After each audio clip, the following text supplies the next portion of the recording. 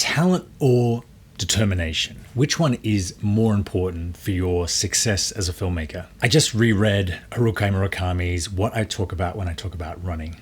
He's one of my favorite novelists, and that book is one of the best memoirs of a writer that I've ever read, along with Stephen King's On Writing. In it, he says that he is much more a workhorse than a racehorse. Rather than being the fittest, the strongest, the fastest, he just shows up every day and sits down to write. I think that's a very surprising admission coming from one of the most talented, creative, and prolific writers in the world. I think what Murakami is saying is that you only become talented if you stick with something long enough to have a lot of experience, and from that experience, get good. Today, I want to talk a little bit about the boring side of filmmaking, the financial side, not just how to budget and produce movies, but how to organize yourself as a filmmaker, as a business. All these things are skills that you build over time with experience.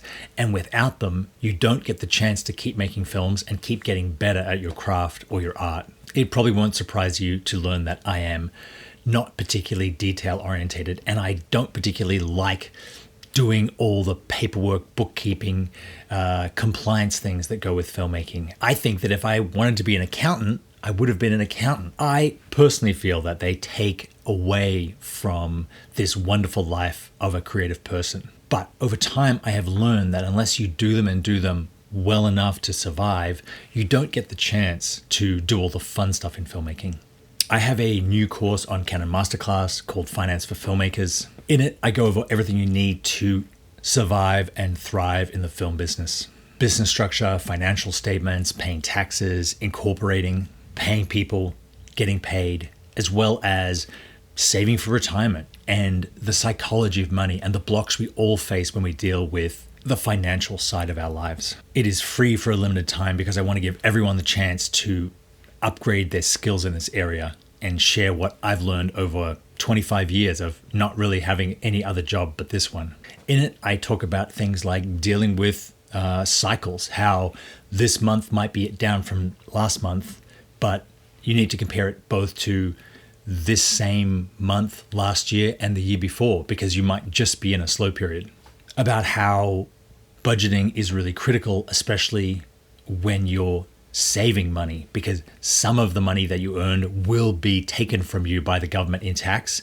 And unless you're putting that away in a separate place where you can't touch it, you'll be very, very tempted to live off that money. And then it won't be there for you when you need to pay taxes. I also talk about how important it is when you're dealing with a new client to get some, if not half the money up front, because this proves that this person has the authority and the ability to write a check before you put a ton of work into a project that might go nowhere. If you're just getting into filmmaking and want to make a business of it, or you've been in filmmaking for a long time and you never quite seem to make as much money from this business as you could be, definitely check out the course. It's on Canon Masterclass. For the next couple weeks, it is entirely free. I have over 30 other courses at Canon Masterclass, from detailed camera courses for the C70, R5C, and every other Canon cinema camera, to lighting, post-production, and all the other things that go into the modern art of making films. Thank you very much for watching. I will see you next time.